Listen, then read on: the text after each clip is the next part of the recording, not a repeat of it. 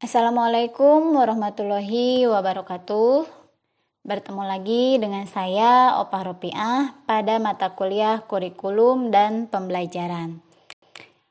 Pada kesempatan kali ini kita akan membahas terkait dengan prinsip-prinsip pembelajaran.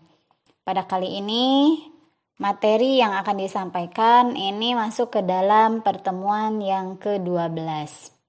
Nah, sebelum kita membahas terkait dengan prinsip-prinsip pembelajaran, kita flashback kembali dan kita ingatkan kembali apa sih yang dimaksud dengan pembelajaran. Nah, di sini ada hakikat pembelajaran. Pembelajaran terjemahan dari bahasa Inggris, instruction, terdiri dari dua kegiatan utama, yaitu learning and teaching, yaitu belajar dan mengajar. Kemudian disatukan dalam satu aktivitas, yaitu pembelajaran atau instruction. Pembelajaran pada dasarnya adalah interaksi antara siswa dengan lingkungan pembelajaran untuk mencapai tujuan pembelajaran, yaitu perubahan perilaku. Yang di dalamnya ada pengetahuan atau knowledge dan juga disebut dengan kognitif, ada sikap, yaitu afektif, dan ada keterampilan, yaitu psikomotor. Nah, setelah kita mengetahui bahwa proses pembelajaran itu ada belajar dan juga mengajar. Jadi di sini ada siswa yang belajar dan juga ada orang yang mengajarnya. Mungkin di dalamnya ini ada siswa dan juga guru. Nah, selanjutnya setelah kita mengetahui hakikat dari pembelajaran, maka kita akan masuk ke dalam prinsip-prinsip dalam pembelajaran. Nah, di sini prinsip-prinsip pembelajaran akan terdiri dari beberapa poin. Di antaranya yaitu ada prinsip umum dan prinsip khusus. Oke, kita bahas satu-satu.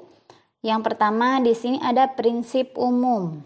Nah, prinsip umum di sini dilihat secara global bahwa yang namanya pembelajaran secara prinsip umum ini yang pertama yaitu belajar menghasilkan perubahan perilaku peserta didik yang relatif permanen. Selanjutnya yang kedua, peserta didik memiliki potensi, gandrung, dan kemampuan yang merupakan benih kodrati untuk tumbuh kembangkan. Dan yang ketiga, perubahan atau pencapaian kualitas ideal itu tidak tumbuh alami linear sejalan proses dengan kehidupan. Nah, ini adalah prinsip umum. Selanjutnya, ada prinsip khusus. Ada beberapa poin terkait dengan prinsip khusus. Nah, di sini ada prinsip perhatian dan motivasi. Perhatian adalah memusatkan pikiran dan perasaan emosional secara fisik dan psikis terhadap sesuatu yang menjadi pusat perhatiannya. Motivasi adalah dorongan atau kekuatan yang dapat menggerakkan seseorang untuk melakukan sesuatu. Motivasi berhubungan erat dengan minat. Siswa yang memiliki minat lebih tinggi pada suatu mata pelajaran cenderung memiliki perhatian yang sangat lebih terhadap mata pelajaran tersebut, sehingga akan menimbulkan motivasi yang tinggi dalam proses pembelajaran. Oleh karena itu, mempunyai prinsip perhatian dan motivasi sangat penting karena ini merupakan dorongan awal bagi seorang siswa mau ikut belajar. Selanjutnya ada prinsip keaktifan. Belajar adalah menyangkut apa yang harus dikerjakan siswa oleh dirinya sendiri, maka inisiatif belajar harus muncul dari dirinya. Dalam proses pembelajaran, siswa harus aktif belajar dan guru hanyalah membimbing dan mengarahkan. Jadi di sini kita menggunakan student center, jadi siswa yang menjadi fokus utama agar siswa bisa aktif dalam proses pembelajaran. Sehingga kita sebagai guru itu hanya menjadi fasilitas dan juga membimbing siswa agar kompetensi ataupun soft skill ataupun pengetahuan yang ada di dalam diri siswa bisa tergali dengan efektif dan maksimal. Selanjutnya ada prinsip keterlibatan langsung. Nah, prinsip ini berhubungan langsung dengan prinsip aktivitas, bahwa setiap individu harus terlibat secara langsung untuk mengalaminya. Pendekatan pembelajaran yang mampu melibatkan siswa secara langsung akan menghasilkan pembelajaran yang lebih efektif, sehingga mencapai tujuan pembelajaran. Di sini kita harus melibatkan siswa secara langsung dalam proses pembelajaran, sehingga guru itu tidak hanya memberikan sebuah teori saja, tetapi harus melibatkan siswa dalam proses pembelajaran tersebut. Oleh karena itu, misalkan guru mempunyai alat peraga ataupun media, nah ini bisa digunakan oleh siswa untuk menerima informasi atau pengetahuan yang didapat secara langsung. Ada istilah yang mengatakan bahwa I hear and I forget, I see and I remember, I do and I understand. Jadi terkadang ketika kita mendengar, kita itu akan lupa gitu. Terkadang kita tuh suka lupa ketika kita hanya mendengar saja. Tetapi di saat kita bisa melihat, maka kita akan ingat gitu. Kita melihat visual, gambar gitu, kita akan ingat. Nah, ketika kita atau saya melakukannya dan saya paham. Nah, di sini maka siswa harus terlibat secara langsung agar paham kepada materi yang disampaikan oleh guru. Sehingga prinsip keterlibatan langsung sangat penting dalam proses pembelajaran. Selanjutnya di sini ada prinsip pengulangan. Nah, menurut teori daya, manusia memiliki sejumlah daya seperti mengamati, menanggapi, mengingat, menghayal, merasakan, berpikir dan sebagainya. Jadi di sini belajar adalah melebihi daya pengulangan agar setiap daya yang dimiliki manusia dapat terarah sehingga menjadi lebih peka dan berkembang. Nah, di sini prinsip pengulangan dalam proses pembelajaran kita harus ulang lagi, ingatkan kembali sehingga materi yang disampaikan akan selalu kita ingat. Oke, selanjutnya ini ada prinsip tantangan. Nah, dalam situasi belajar, siswa menghadapi suatu tujuan yang harus dicapai. Untuk mencapai sebuah tujuan tersebut, siswa dihadapkan kepada sejumlah hambatan atau tantangan, yaitu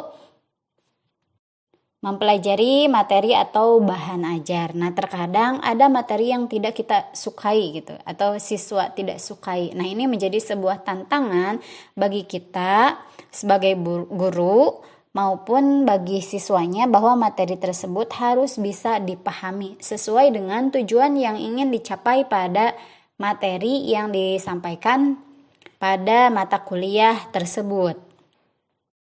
Oke, yang selanjutnya ini ada prinsip balikan dan penguatan. Dorongan belajar tidak hanya oleh penguatan yang menyenangkan. Penguatan positif dan negatif dapat memperkuat belajar. Nah, balikan yang diperoleh oleh siswa berupa metode pembelajaran yang sangat menantang. Nah, di sini ketika guru memberikan sebuah stimulus, maka siswa akan melakukan sebuah respon. Nah, itu baik responnya positif maupun itu responnya negatif. Dan terkadang ketika siswa sudah memahami sebuah pembelajaran, nanti dia akan bertanya juga. Ada prinsip balikan. Dia akan menanya kembali, apakah materi yang disampaikan oleh Bapak, Ibu ini sesuai dengan realita atau faktanya di lapangan misalkan. Nah, ini tugas seorang guru ini harus memberikan sebuah penguatan bahwa materi yang disampaikan ini sesuai dengan fakta yang ada, sesuai dengan nyatanya dan juga sesuai secara kaidah ilmiah. Nah, ini di sini harus ada prinsip balikan dan penguatan.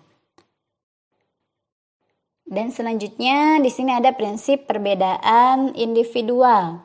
Nah, perbedaan individu dalam belajar yaitu proses belajar yang terjadi pada setiap individu berbeda satu dengan yang lainnya, baik secara fisik maupun psikis. Setiap siswa harus mendapatkan perlakuan dan pelayanan sesuai dengan kemampuan dan kebutuhan siswa itu sendiri. Nah, pada dasarnya seorang guru ini harus bisa memahami perbedaan individu yang ada pada siswanya di kelas. Terkadang ada yang kognitifnya bagus, tapi afektifnya, sikapnya itu kurang baik. Tapi ada juga yang secara attitude-nya baik, tapi ternyata secara knowledge atau kognitif dan juga psikomotornya ini kurang.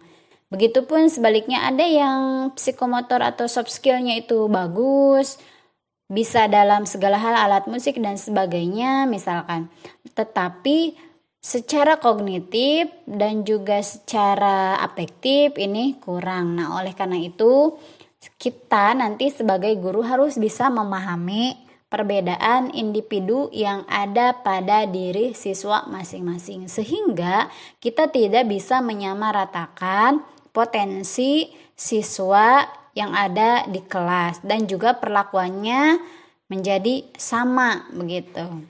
Nah, oleh karena itu, prinsip perbedaan individual ini merupakan dasar yang harus menjadi pedoman guru di saat proses pembelajaran.